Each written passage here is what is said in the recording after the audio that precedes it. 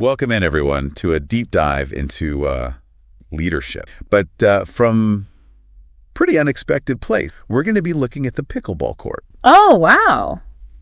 Pickleball. Interesting. It's actually got quite a bit to teach us. Whether you're just starting out as a leader or you're already, leading a team, you're going to find some really practical insights here. Okay. I'm intrigued. I'm ready to learn. All right. Well, the material we're looking at today breaks it down into 5 different leadership strategies you can learn from pickleball. So we've got strategic thinking, we've got teamwork and communication, adaptability, decision-making, and continuous improvement. So let's jump into that first one, strategic thinking. Now, on the pickleball court, you got to be thinking ahead. Absolutely. You need a strategy. Yeah. So tell me a little bit about that. How does strategic thinking play out in a pickleball match?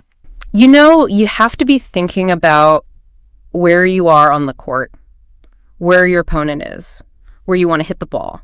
Anticipate your opponent's moves. It's almost like chess. Oh, yeah. But faster paced. Oh, that's a good way to put it. And with much brighter colors. Yeah, that's right.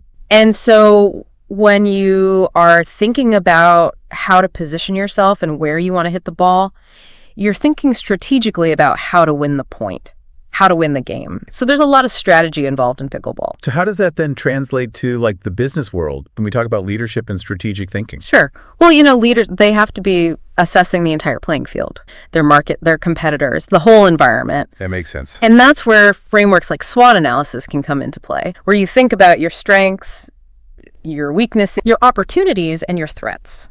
So it's very similar to how a pickleball player might analyze their opponent's strengths and weaknesses. A leader is going to use a tool like SWOT analysis to understand their own strengths and weaknesses, as well as the opportunities and threats in the environment.